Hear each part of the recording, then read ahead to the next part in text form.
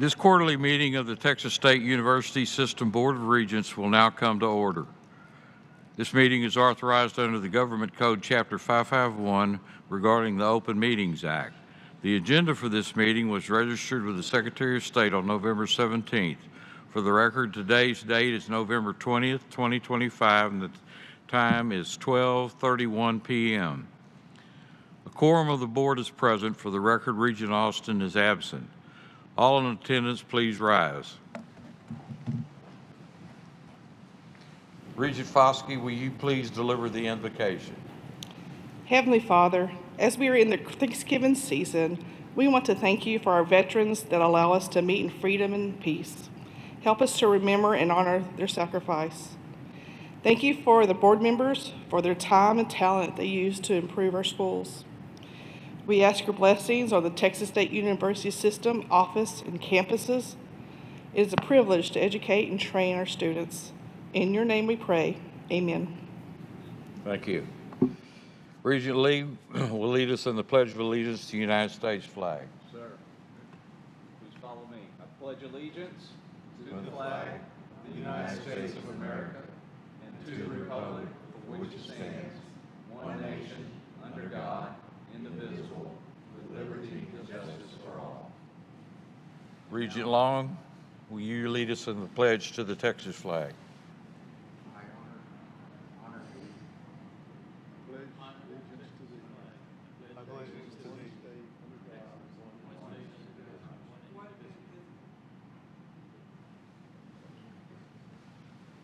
Thank you. I want to begin by thanking President White and the Sam Houston State University administration for hosting us in Huntsville this week. It's always a pleasure to be on campus. As we get started with regular business, I would like to remind the board that once a motion is made on an agenda item and the call for a second is requested, please raise your hand and wait for me to recognize you for the proper recording of the minutes. Also, a reminder that we are live streaming this meeting, and please silence your phones and devices. Our first item of business is the approval of the minutes from held on August 7th and 8th of this year. Regents, are there any additions or corrections to the minutes? If there are none, I move that the minutes of the quarterly Board of Regents meeting held August 7th and 8th be approved. Do I hear a second? Second by Regent Amato. Any discussion? Is there any objection to the motion?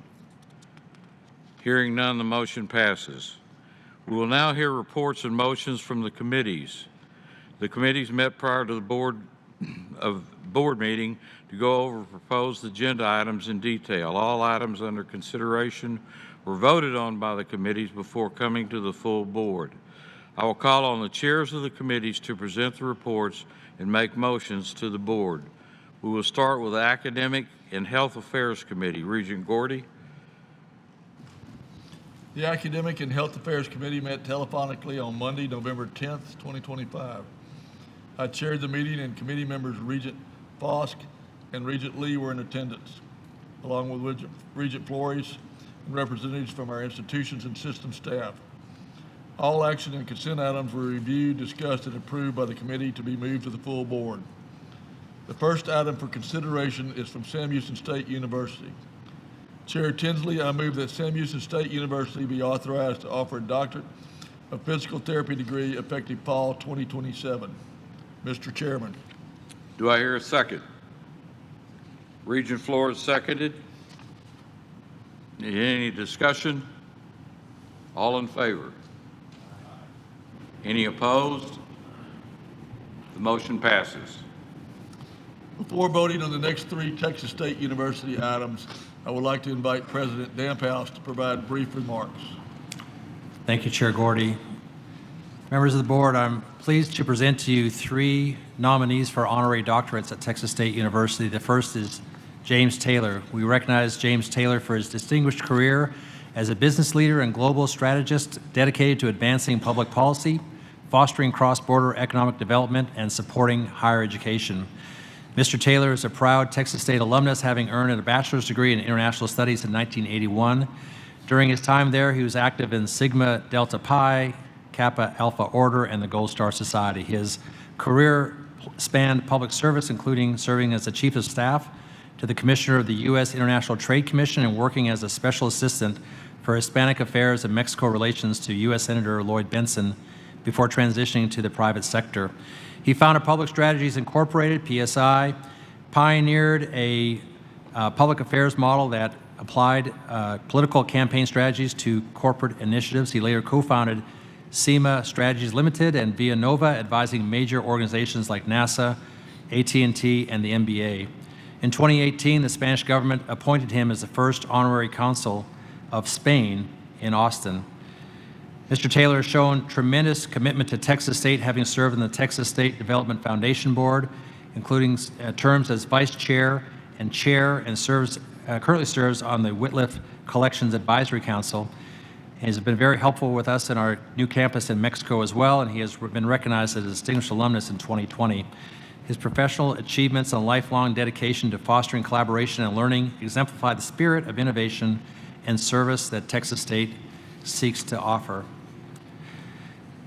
Next, we have Mark Updegrove. Mr. Updegrove is a nationally recognized presidential historian, author, and media executive whose career has focused on interpreting and advancing public understanding of the American presidency.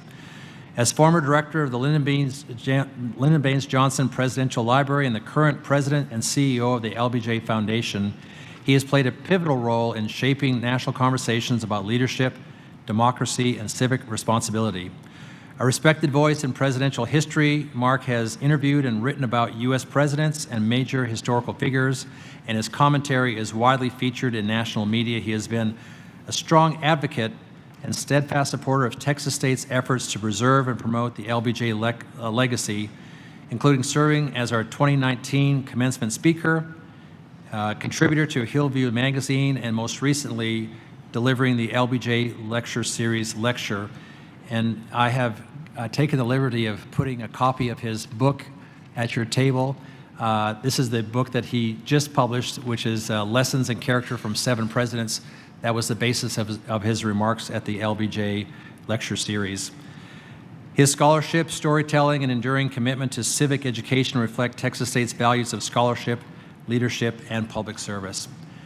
Finally, Sergio Rodriguez. Mr. Rodriguez is an accomplished business executive, philanthropist, and community leader whose career reflects both entrepreneurial success and a passion for expanding opportunity, especially for first-generation college students. As Vice President of Gallo OPLS, he leads a family enterprise grounded in innovation, integrity, and philanthropy. Mr. Rodriguez currently serves as the President and CEO of the Hector and Gloria Lopez Foundation, and he has steered the foundation to become a leading advocate for education, offering comprehensive support and full scholarships to ensure students graduate debt-free and prepared for leadership. In 2023, HGLF partnered with Texas State to launch the Lopez Scholars, a $1.8 million initiative to support 15 first-generation students annually for 5 years. This program empowers students by prioritizing opportunity over traditional metrics. Through his commitment, Mr. Rodriguez has created crucial pathways for countless students to achieve intergenerational mobility and to become future leaders. His leadership, generosity, and enduring commitment to give back reflect the core values of Texas State. Thank you for your consideration. Thank you, President Damas. Chair Tinsley, I move that Texas State University be authorized to confer the degree of Doctor of Humane Letters, honoris causa, upon the following individuals: Mr. James S. Taylor, Mr. Mark K. Updegrove, and Mr. Sergio L. Rodriguez. Mr. Chairman. Do I hear a second? Second by Regent Long. Any discussion? All in favor? Aye. Any opposed? The motion passes. Before voting on the next item from Lamar Institute of Technology, I would like to invite President Valentine to provide brief remarks.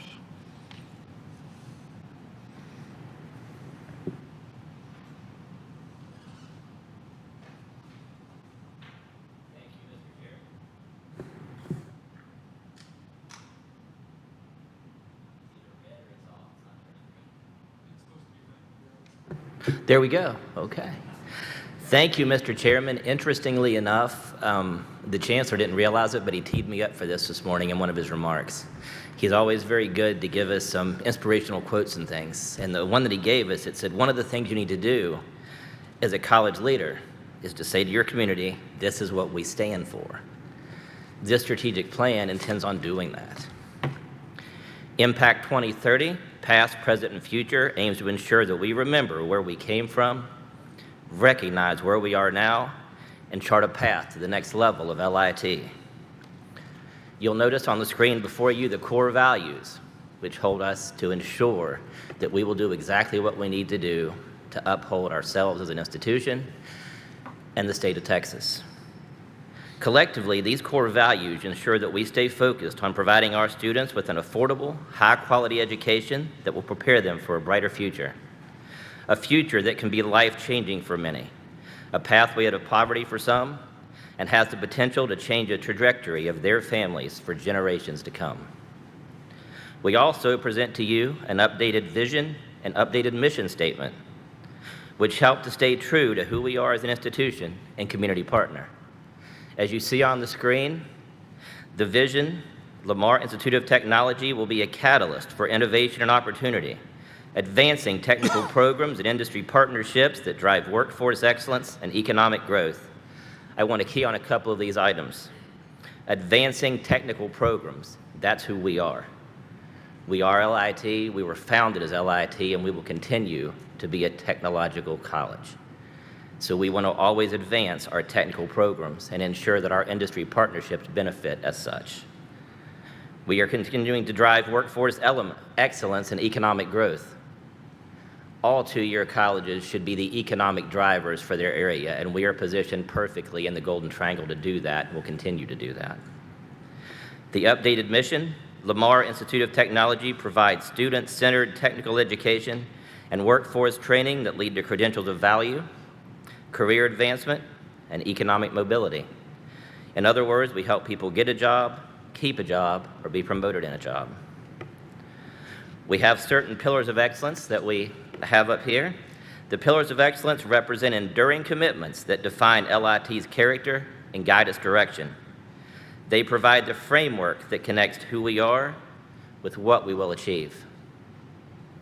We use certain planning assumptions when creating the strategic plan. We looked at economic and workforce alignment trends, enrollment and student population trends, instructional delivery and educational technology requirements, institutional resources and infrastructure. Again, we are a technology college and have technology-intensive programs. We looked at student outcomes and accountability, funding models and policy content, and learning environment and student engagement. Trying to ensure that as we do this for 5 years going forward, that we've checked all of our boxes to make sure that we can actually accomplish our strategic initiatives and goals. The first strategic initiative that you will see, for those of you that have the big books, I am not going through every one of the bullet points, but I'm going to hit on some of them under each strategic initiative. The first strategic initiative, strengthen student success and support services. We're going to develop a series of virtual training courses to guide students in the use of student support technologies. For those of you that may not know this, 71% of our students are first gen. We want to ensure that they have something to look at that will tell them this is what college is about. This is what LIT is about. These are the support services that we offer, and train them up on how to find them. We want to create a centralized call center to advance the effectiveness and responsiveness of customer service. If you look at me standing here, I'm old school. I hate to push 45,000 buttons to get where I'm going. And remember, our students are first gen. If we give them 27 options, they're not going to know what option to push. We want a person on that phone that can answer a lot of basic questions to put them where they need to go, so I'm not transferring them around for 20 minutes, effectively deflating them or making them angry. Deploy a career aptitude assessment into the initial advising process to assist students. And we're going to have a little guitar music going on. I'm good with that. Deploy a career aptitude assessment into the initial advising process to assist students with matching their interest with appropriate careers. Most of our students are not cash rich by any stretch of the imagination. the majority get full Pell. We want to ensure that when they come to our institution, we match their interest with their aptitude to get them out, get them employed, and helping them be successful almost immediately. Expand and align academic programs with regional needs. We will host an annual President's Workforce and Academic Alignment Forum beginning in 2026, bringing together faculty chairs, industry leaders, and economic development partners to review workforce trends and recommend program expansions. Recommend program expansions, something that we're just not going to come up with because it sounds good. Have all of our partners tell us this is where we're headed and we need you to go there with us. Develop an advisory committee training program to enhance the effectiveness and efficiency of advisory committees and ensure compliance with the Texas Higher Education Coordinating Board requirements.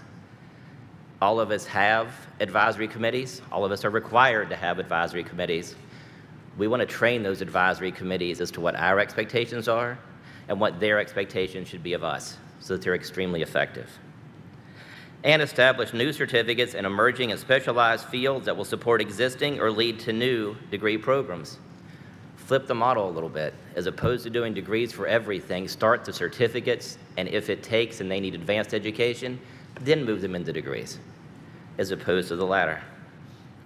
Elevate experiential learning and career readiness. Integrate project-based learning as part of the LIT academic curriculum. You guys have heard me say before, I like to have an immersive institution. If we add project-based learning, the students will be able to have very detailed hands-on experience relevant to what they'll be doing in the field. Develop a centralized portal for students to apply for internships. We have many companies in our area that would like to do internships with our students, and we need to have a more effective way to align the company with the students. Strengthen and promote prior learning assessment process. The prior learning assessment process to recognize and provide credit to applicable life experiences. Many of our students go straight to work out of high school. They learn a great many things, and when they come back to the institution, we don't think they should start over.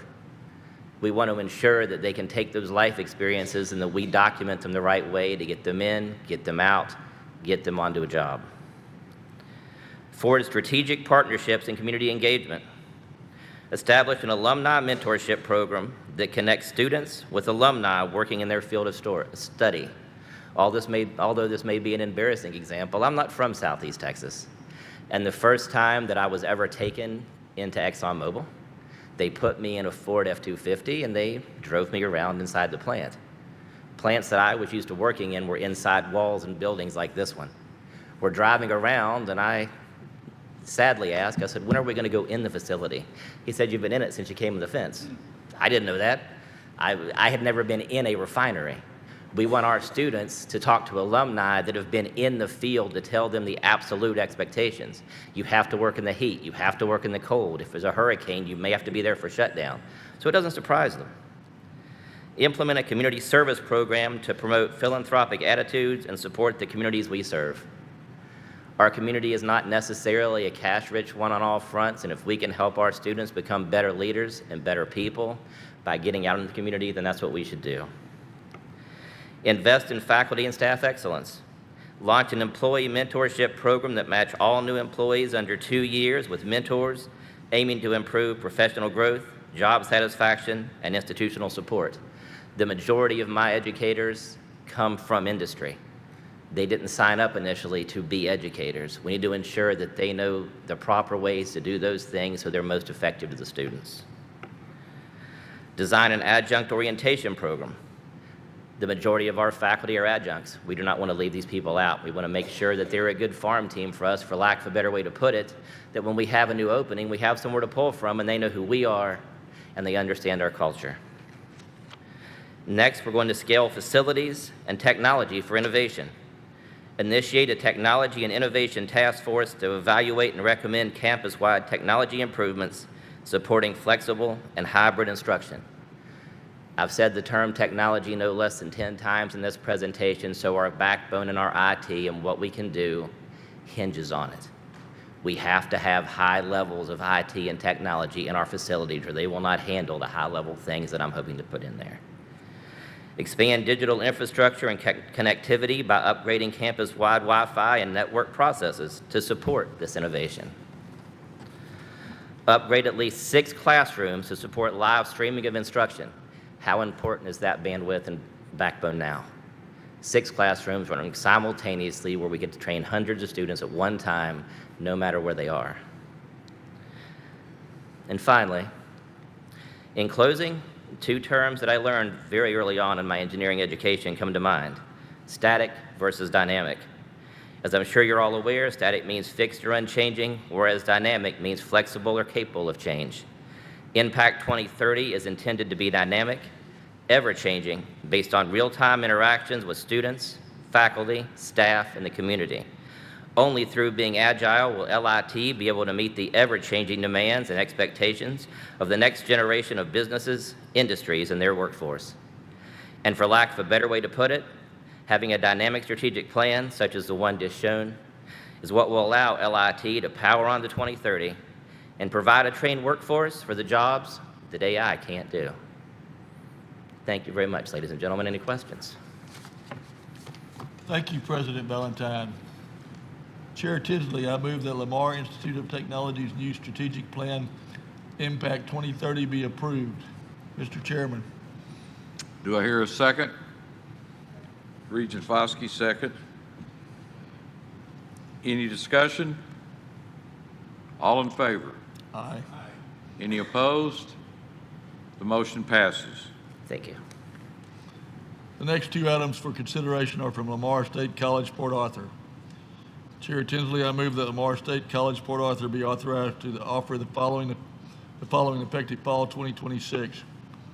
The Associate of Applied Science degree in Artificial Intelligence and Machine Learning, and the Level 1 certificate in Veterinary Technician. Mr. Chairman. Is there a second? Regent Armato seconded. Any discussion? All in favor? Any opposed? The motion passes. The final item for information only are the Summer 2025 Certified Enrollment Report and the preliminary Fall 2025 Enrollment Report for the Texas State University System components. Any remaining items are included in the consent agenda unless someone wishes to remove an item from the consent. This concludes the committee's report to the board. Thank you. With that, we'll pass it over to the Finance and Audit Committee. Regent Long. The Finance and Audit Committee met telephonically on November 13th. Turn on your mic. Thank you. Man, my voice isn't loud enough, but anyway. I'll start. The Finance and Audit Committee met telephonically on November 13th, 2025 to discuss the finance and audit items included in today's agenda. I chaired the meeting and committee member Regents Austin and Scott were present. Regent Flores was also in attendance. The Finance and Audit Committee reviewed all items and decided to forward the agenda items to today's meeting for the board's consideration. The first item for consideration is the Texas State Ground Lease and Development Agreement 429 and 403 North Guadalupe Street. At this time, I would like to call on Nina Farrell with JLL to provide an overview of the proposed hotel on the Texas State campus.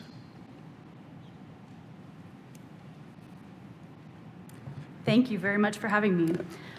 My name is Nina Farrell. I'm the Executive Director of JLL's Government and Education Practice, and I am honored that JLL has had the opportunity to advise Texas State on this project here. I'm going to take you through some overview of this project, and then we'll have the opportunity for some questions. I'd first like to orient everybody to the location of this project.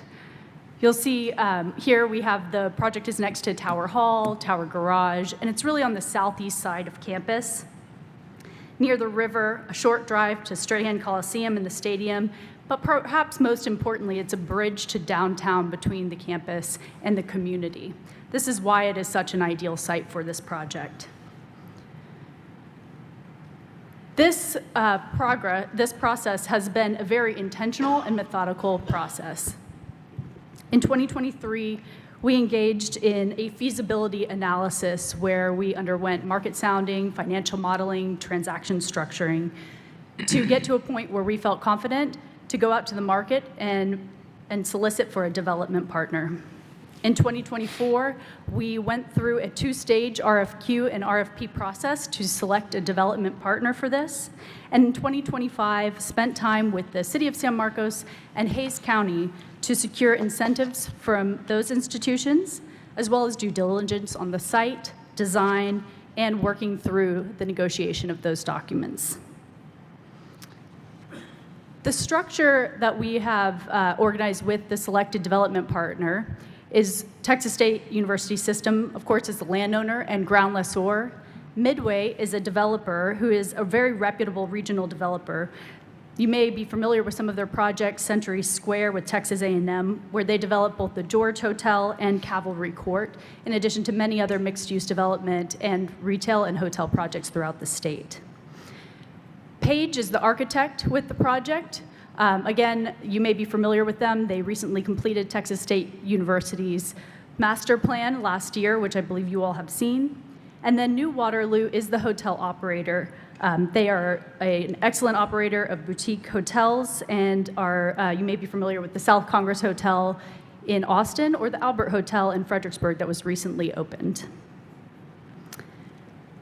This is where we'll spend a little bit more time, the overview of this project. I oriented you all to the location. The size of the site in whole is about 3.04 acres. This will be a 4-star hotel, upper upscale, boutique hotel with complementary retail uses. Approximately 130 keys. The entirety of the project will be about a $70 to $75 million hotel. The city and county is investing $10.5 million over the first 10 years of the project where it will need financial support. They're doing that through sales tax revenue, sales tax on materials, and hotel tax occupancy rebates. There's also a parking agreement related to this site. There will be adjacent parking in the garage, in the tower garage, and a construction loan of 7 years at 4.5%. The term of this project is a 75-year ground lease with 2 10-year renewals. The ground rent is going to be the greater of $200,000 annually, or 1% of gross revenues. There's also a parking agreement that will generate approximately $180,000 for the university each year, and room credits to the university, 240 rooms, which equate to about $60,000 annually, and all of those with 2% escalation on those revenues. Now for the fun stuff, the beautiful pictures. These are some of the renderings of the hotel as it stands today. There's some additional design to be done, but there has been an extensive amount done to date. I'll quickly run through this. You'll see that the hotel is basically in an L shape. That's where most of the rooms will be, along with the event space on the bottom of the hotel L. You'll then see number 2, the pavilion, which is really an incredible space. It'll kind of illuminate as a lantern at night, really being a significant piece of the skyline in San Marcos. On the number 3, you'll see the hotel guest drop-off. Number 4 is where you'll have access walking up from Guadalupe Street to the food and beverage options. You'll have both bar and restaurant, full service, as well as the courtyard where you have a hotel and event center space. On the number 6, you'll see is a really beautiful lawn that celebrates the existing trees on the sites, and it's intended to be creating permeability for students and the community to integrate with this hotel space. And then number 7 is the retail expansion of the site. This is intended to be also with the same developer and operated by New Waterloo for integrated retail food and beverage options. Next, we'll take you inside the hotel. This is really a look at that L shape where the rooms will be. It'll be a combination of double queens, kings, and suites. And you'll see on the right-hand side the layout of those rooms, as well as a look and feel imagery of what the quality of the hotel will look like from within one of the rooms. And this final image is that lantern piece that I was talking about. As you're walking up from Guadalupe, this will be illuminated. It's a private event space on the 2nd story that has kind of a boardroom. It's a flexible space with a terrace, and really will be a beautiful highlight for this project. Finally, I'd like to discuss the milestones that we reviewed are in gray, and then today we have this item up for consideration by you all today. We will move forward with the final design, financing, and mobilization of the project in Q1 and Q2 of next year. Construction would then commence in Q3 of 26 with the completion of the hotel expected for Q3 of 2028. Thank you. All right. Well, thank you. Thank you, Ms. Farrell. Dr. Damphouse, would you like to add any comments? This is an exciting time for Texas State University. This hotel achieves the 3 goals that we set in 2022 when we first started talking about this hotel project. First, it will elevate the stature and on-campus experience of Texas State University by providing quality lodging for our visitors and our guests. As you may know, there are no hotels in downtown San Marcos, and this will be the first. What we hope will be others as well. Second, and crucially, this innovative partnership is designed to generate sustainable revenue stream for Texas State that will be deposited into our general fund to support our core mission, which includes instructional costs and scholarships as well for students. Third, this hotel will spur additional economic development and growth in downtown San Marcos, which will further increase the quality, safety, and sense of place and reputation of the city that we call home. This project is truly a win-win-win for Texas State, for our partners, and for the entire San Marcos community. Not to mention, it will make future board meetings in San Marcos even more enjoyable than they normally are. By strategically developing this asset, Texas State is not just building a hotel, we're creating an economic engine with a sustained fuel to drive academic excellence and world-class research for generations to come. Happy to answer any questions you have. Thank you. All right. Thank you, Dr. Damphouse. Chairman Tinsley, I move that the ground lease and development agreement of 429 and 403 North Guadalupe Street be approved. Do I hear a second? Second by Regent Lee. Any discussion? All in favor? Aye. Any opposed? The motion passes. The next items on the agenda are informational items. Final operating budget adjustments for FY fiscal year 2025, quarterly investment reports, annual foundation reports, status of implementation of audit and compliance recommendations. There is no motion or vote, of course, on these items. The remaining items in our report are included in the consent agenda. Sam Houston dual credit fee rates, Sol Ross dissolution of Title V matching fund quasi endowment, Sol Ross lease agreement with Southwest Texas College, Texas State land purchase agreement for 145 and 223 Spring Road in San Marcos, Lamar State College ratification of tuition rates of non-credit courses. This concludes the Finance and Audit Committee's report. Thank you, Regent Long. With that, we'll go to Planning and Construction Committee. Regent Scott.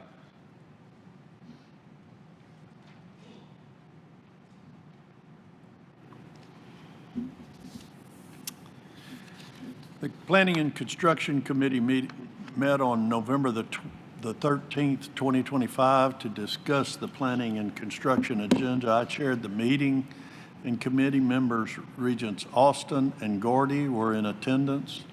We were also joined by Regent Flores. The committee considered all items and agreed to move each item to today's meeting for the board's consideration. The first item on the agenda is an informational item.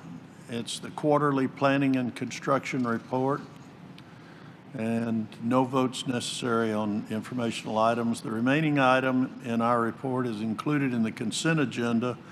It's the TSUS additions to the 2026 through 31 capital improvements program. And this concludes the Planning and Construction Committee report. Thank you, Regent Scott. With that, we'll move on to the Rules and Regulations Committee. Regent Flores. Thank you. The Rules and Regulation Committee met by telephone on Wednesday, November 12, 2025, and discussed the items on the Rules and Regulations agenda. I chaired the meeting, which was also attended by committee members Regent Foskey and Regent Lee. Representatives of the System Administration Office and the component institutions were also present. The meeting was duly posted in accordance with the Texas Open Meetings Law. The committee voted unanimously to recommend that all agenda items be placed on the consent agenda, and unless any regents would like to move one of those rules to the meeting agenda, the committee recommends that they remain a part of the consent agenda. Mr. Chairman, that concludes the Rules and Regulations Committee. Thank you for your report, Regent Flores.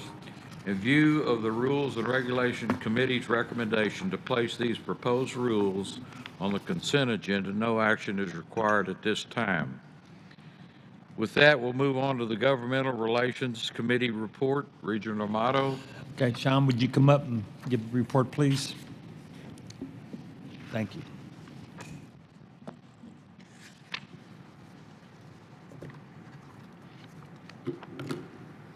Hi, good afternoon. Chairman Tinsley, members of the board, Chancellor, thank you for the opportunity to provide our state and federal update.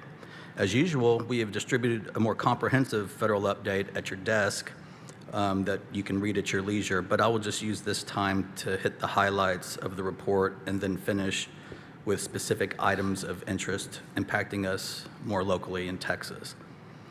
The past several weeks have been marked by significant developments in Washington.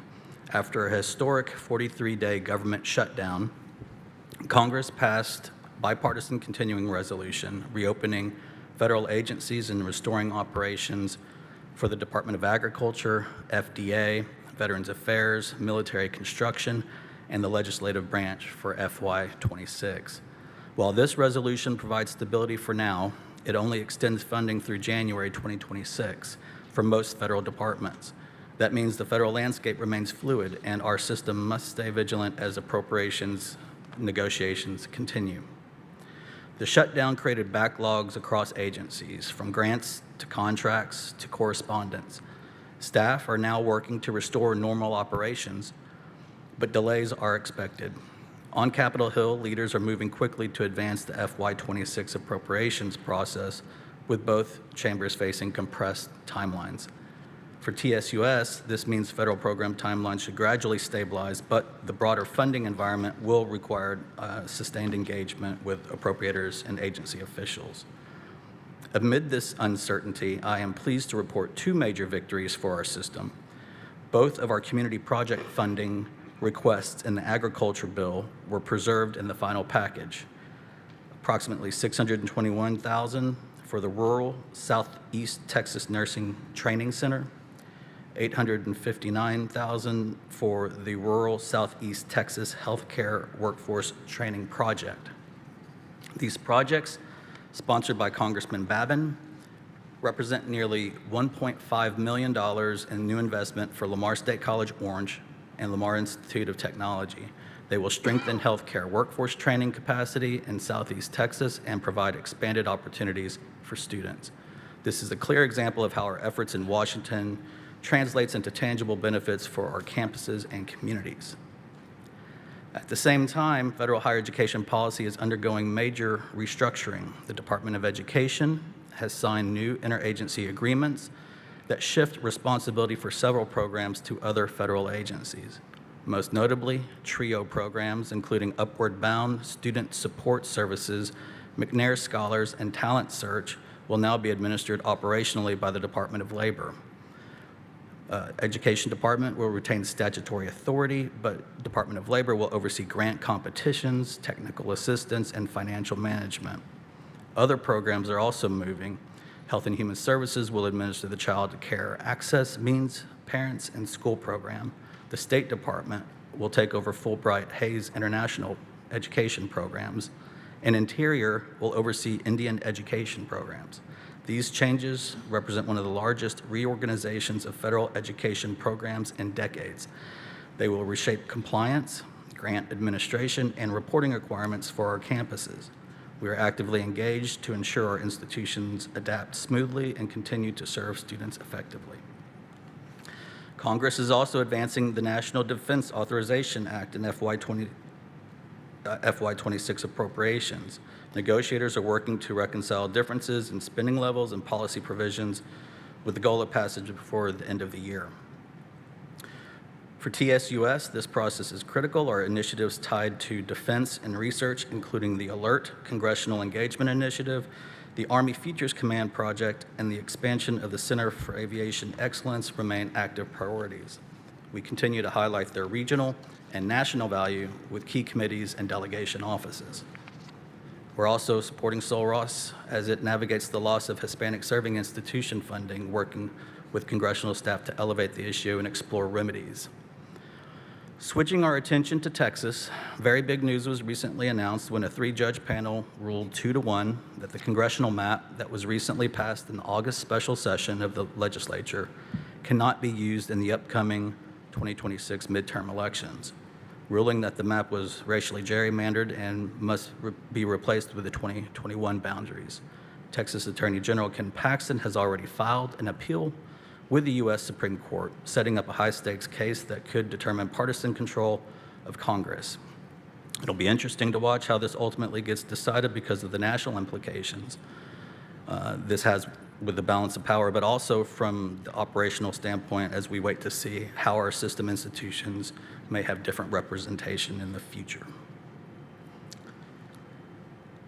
Texas Joint Select Committee on Civil Discourse and Freedom of Speech was created in September to review free speech and campus discourse at public universities following the assassination of Charlie Kirk. Committee appointments from Lieutenant Governor Patrick and Speaker Burrows. The committee is led by Senator Paul Bettencourt and Representative Terry Wilson, and it was formed with the goal of balancing open expression with civil order and campus safety. The Joint Select Committee held its first meeting last week in Austin and included invited testimony from UT Austin, Commissioner Rosser of the Coordinating Board, Turning Point USA, and student body presidents from UT Austin and Texas A&M, to name a few.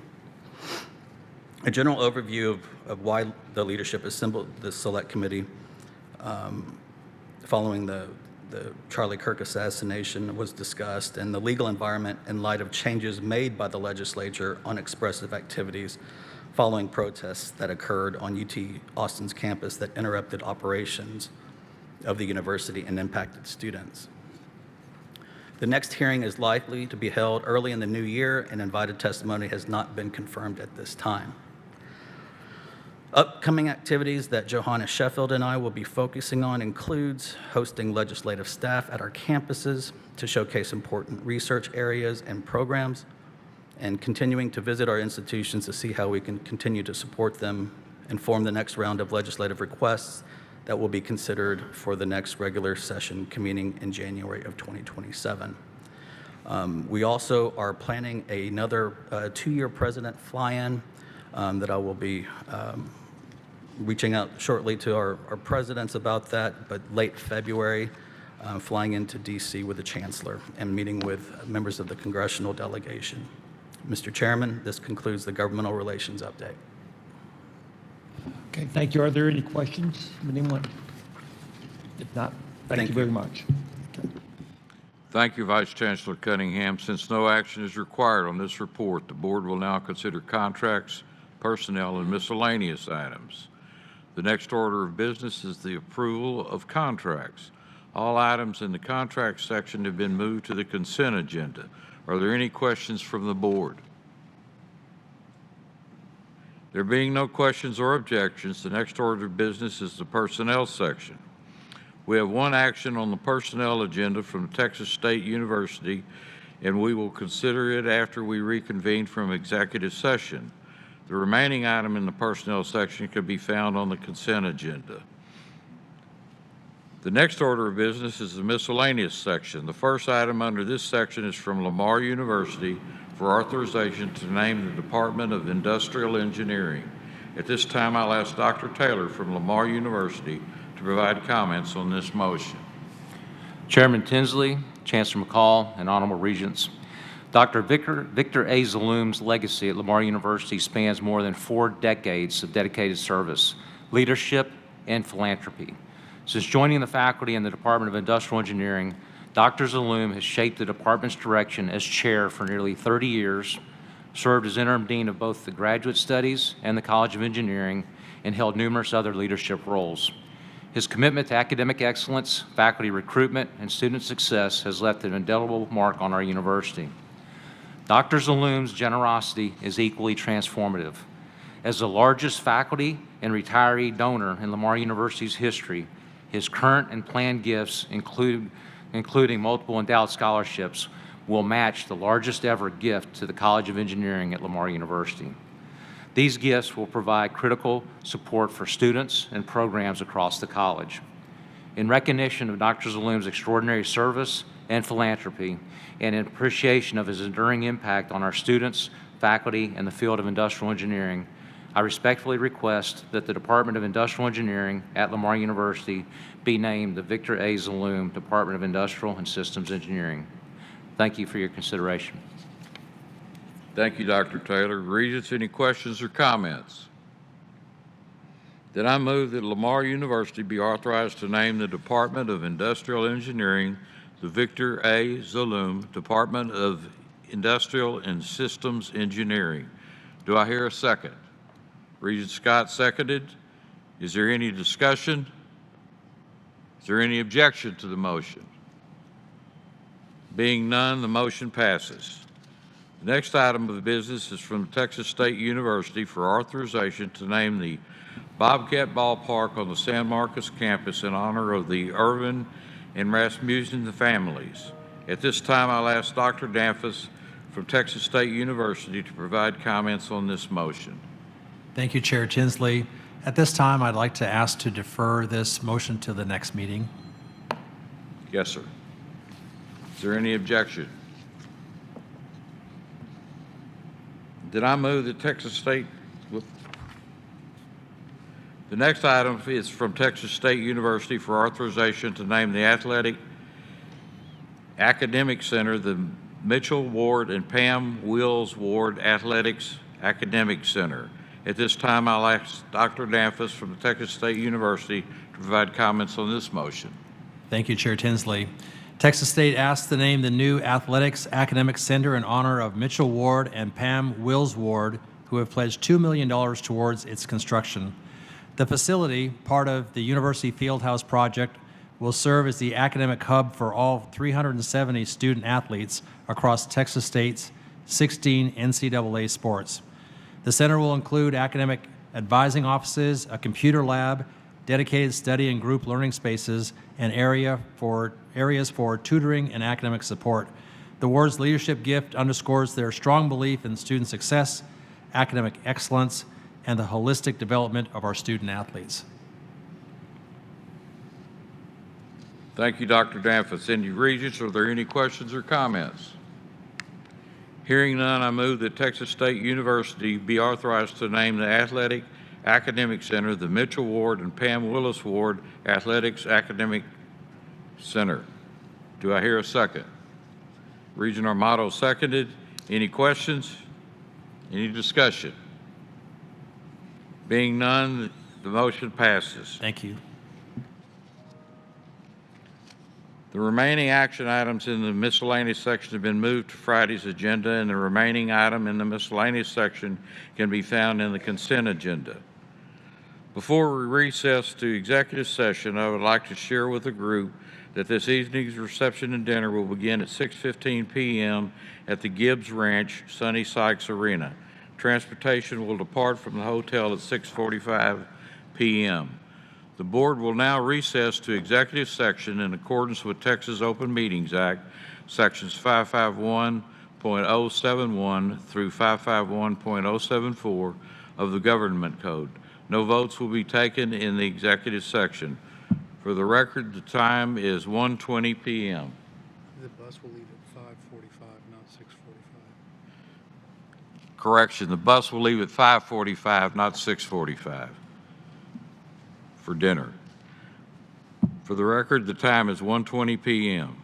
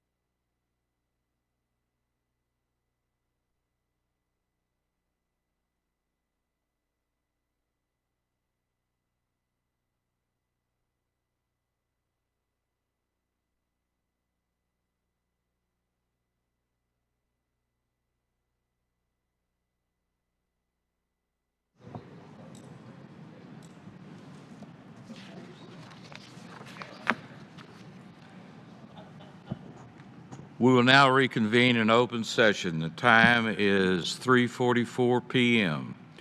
For the record, in compliance with the Texas Open Meetings Act, no votes were taken or decision reached in executive session. Our next order of business is a personnel item from Texas State University regarding the decision to summarily dismiss Dr. Thomas Alter and revoke his tenure.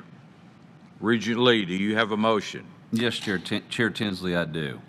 Having considered the record pertaining to this personnel matter and the university president's decision to summarily dismiss Dr. Alter, the board affirms President Danfus's decision to summarily dismiss Dr. Thomas Alter and revoke his tenure. The motion's been made by Regent Lee. Is there a second? Seconded by Regent Flores. Any discussion? Is there any objection to this motion? Hearing none, the motion passes. If there's no further business and without objection, we will stand in recess for the day and reconvene in open session tomorrow morning at 10 o'clock a.m. The time is 3:46 p.m.